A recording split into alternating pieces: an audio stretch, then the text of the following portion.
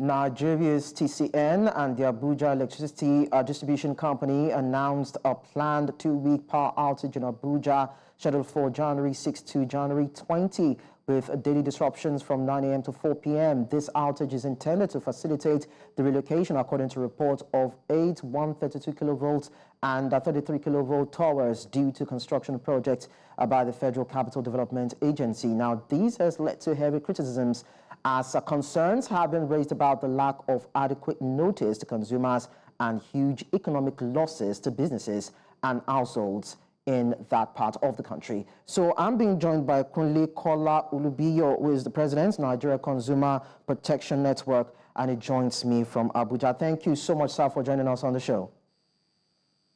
Good morning. Thank you very much for the good job you are doing. Thank you too, sir. Now, the 2-week planned power outage by the Abuja Electricity Distribution and Transmission Company is due to the relocation of power facilities. And the exercise was duly communicated, I want to believe. Why is there a clamor for the companies involved to be penalized? Well, thank you very much. There is usually stakeholders in any developmental planning.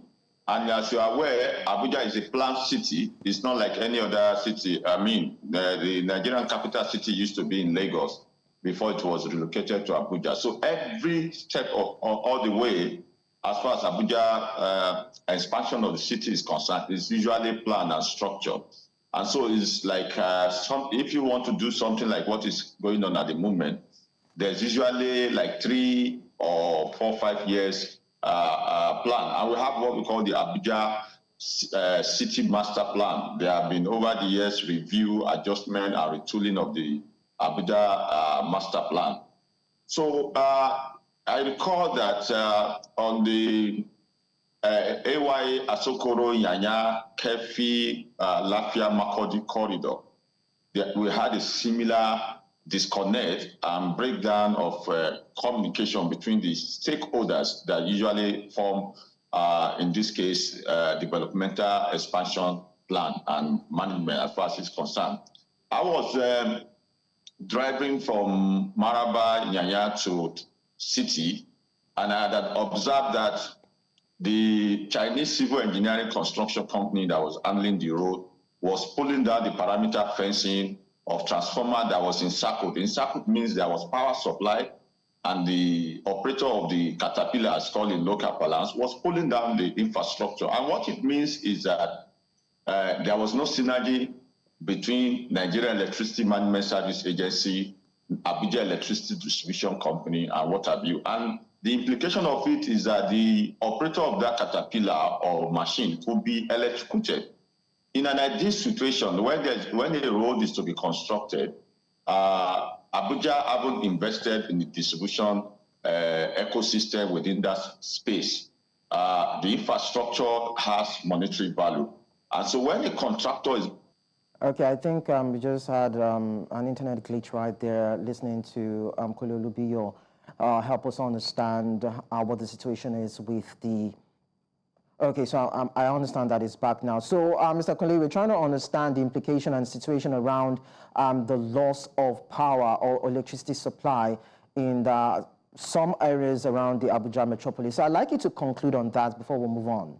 That must be a network challenge. So, according to what we understand, there are set to be road construction, so to speak, along some certain axes in Abuja, and now it's affecting the power facilities in those areas. And what the TCN and the Abuja Electricity Distribution Company and, of course, generating company are saying is that they would have to move these power facilities to some other areas so that this construction work can continue uninhibited. And now, with the fact that it has started since January 6, it has affected a lot of communities and areas in Abuja. They do not have power right now. And of course, that is bringing about untold hardship to businesses in and around those areas affected. And a lot of people who reside or have businesses in those areas have come out to criticize the companies in charge of these facilities, saying that it was not properly planned.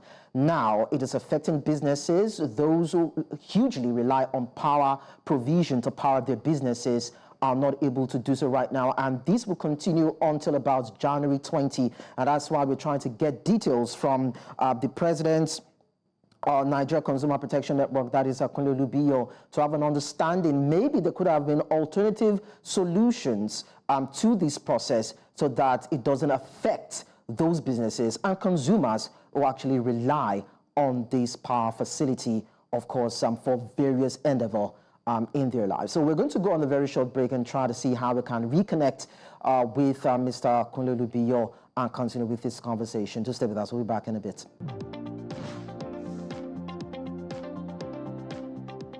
Well, before going on that break, we told you that residents, or some residents in some axes in Abuja have been plunged into darkness, and that will last for 2 weeks due to a road construction that is going on in some places that's affecting power facilities in those areas. Now, those facilities are being relocated, and businesses and, of course, households are reeling from the impact of this, according to what we understand, unplanned move. And we have been talking to Kunle Olubiyo, who is the president of Nigeria Consumer Protection Network in Abuja, to get a perspective to this. Thank you so much, Mr. Kunle, for joining us. Now, moving on, the AEDC managing director, while giving an excuse, said that remedial measures and load shedding arrangements are in place. I'd like to find out from you if it is total blackouts in those affected areas, or maybe there's indeed load shedding arrangements.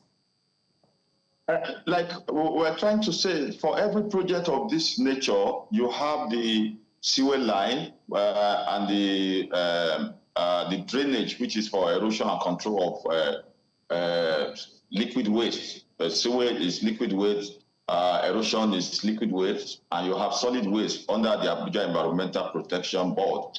You have the FCT water board, because most of the ductile iron that carries water, flow of cascading of water from the lower Usma Dam to different parts of the FCT where you get water supply from the lower Usma Dam.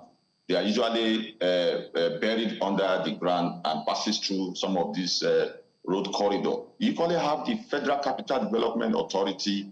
You have the Nigeria Electricity Management Service Agency, which is like the NAFDAC in the power sector. And most of this infrastructure concerned, they are either 330 or 132 infrastructure, and they fall within the purview of Transmission Company of Nigeria. Then you have the host distribution company, Abuja Electricity Distribution Company, as well as the contractor. For every contract of this nature, the cost of removal of existing network, whether towers, whether concrete poles, whether conductor and line materials, is usually factored into the cost of the project.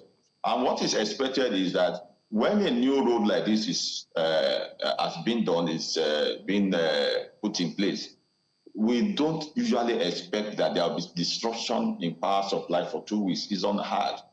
The contractor supposed to, and which I know they have done, because I was trying to cite the Kefi Makodi Lafia corridor. AEDC will raise B for compensation, and the contractor, the Chinese civil engineering company, is a facility-funded credit facility with the Chinese government.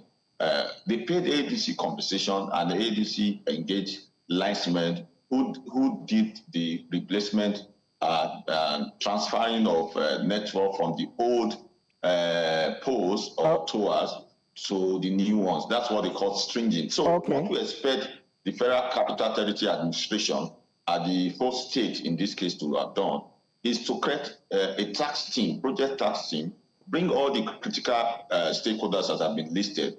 But in this particular situation, there seems to be a disconnect. 6 months ago, a notice of this project was communicated by FCDA to Transmission Company of Nigeria and AEDC.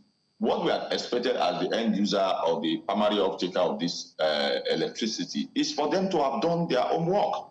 So there's a complete communication of poor management of project management approach in this case. So they're supposed to run new network. They're supposed to put in place new network. This is not the first time roads are being constructed. They're supposed to put, whether it is tower, whether it is network for 33 or 132, 330, run the new network, engage about 100 linesmen, and string the cables within within 72 hours without having to put the public to 2 weeks of needless power outages. We've got several calls from our housewives, the women folk, that they have budgeted for soup and things that is stuck in the fridge that will last them for 1 month or 2 months. Some of these perishable items, with the state of the economy, the high cost of living, our women folk and men,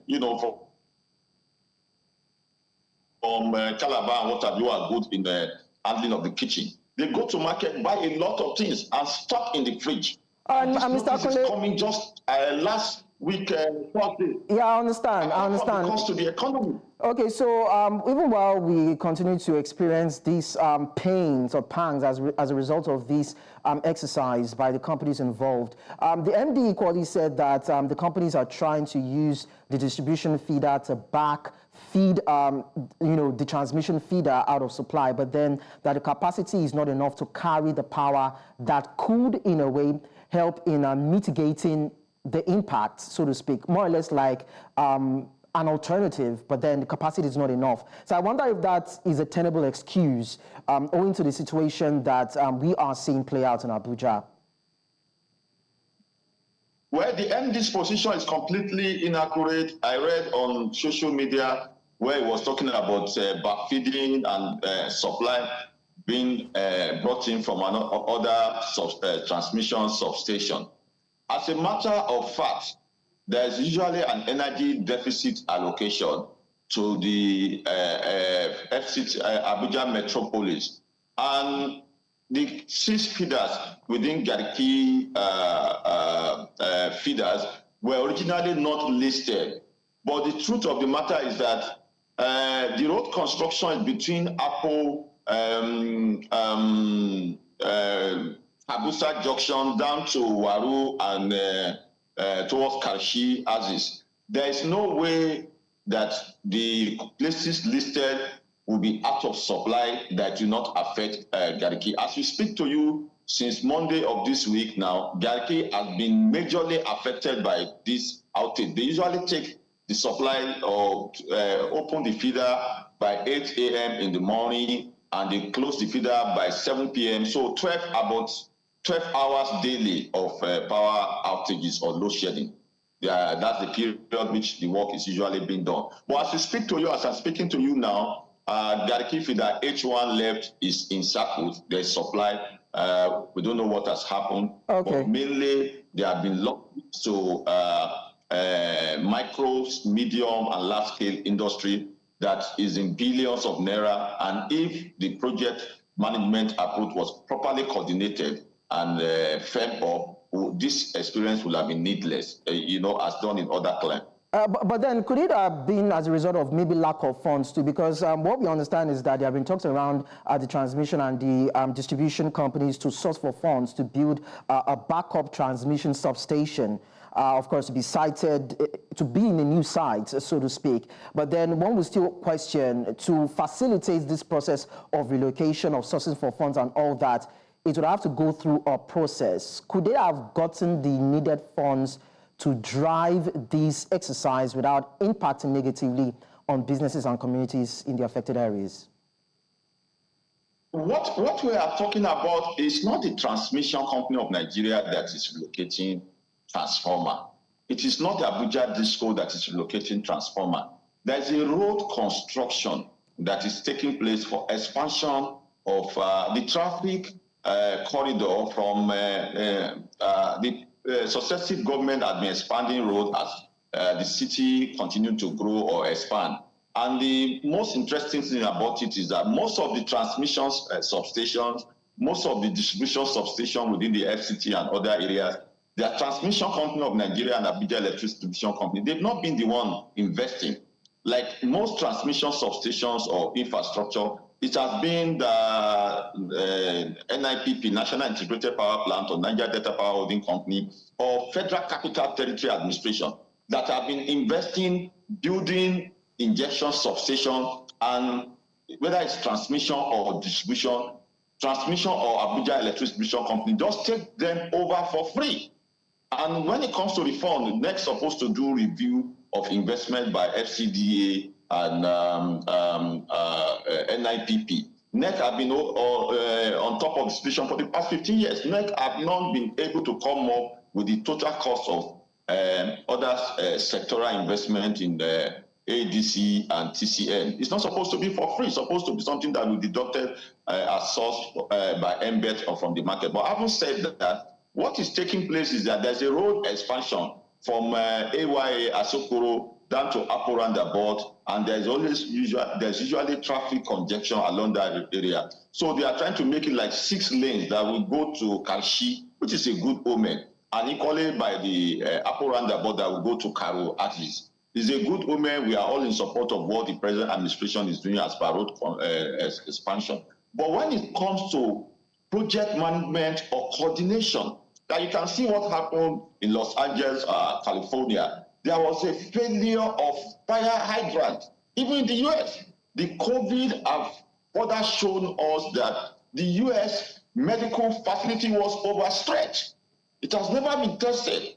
So failure of management of coordination between the critical stakeholders, the FCT administration and the Federal Capital Territory Federal Capital Territory Development Authority supposed to synergize with these stakeholders. The Abuja Electricity Distribution Company is the manager of the distribution licensee, that is distribution ecosystem, while the transmission company of Nigeria manages voltage that is above 132, 330, even from 33 kilovolts. It's within the purview of TCN. So when you want to adjust, when you are constructing the road, before now, those towers and lines used to be at the edge of the road. And now when the roads are being expanded now from single lane to 6 lane on both sides of the road, now it has brought the conductor or network to be at the center of the road, which is unhard, which is not good for safety. Now what they want to do now is that on completion or expansion of this road, they have to move this network to the edges. And you don't do that when there's power supply or when the supply is in circuit. In circuit means that if you are moving towers or poles that is of high tension towers, 132, 330, when there's supply, people doing that involved in the construction will be electrocuted. So now the outages now is being taken for 2 weeks. The 2 weeks is needless. They don't need more than 72 hours, 3 days, because they're supposed to leave the existing towers or network. Part of the project funds should have been used to set up independent network built into the project cost of the contractor. I mean, so I guess the federal government did not tell them not to expand the cost of the project. So I guess it's about the shoddy handling of these projects now that is now resulted in the escalation of the crisis that we're seeing in Mr.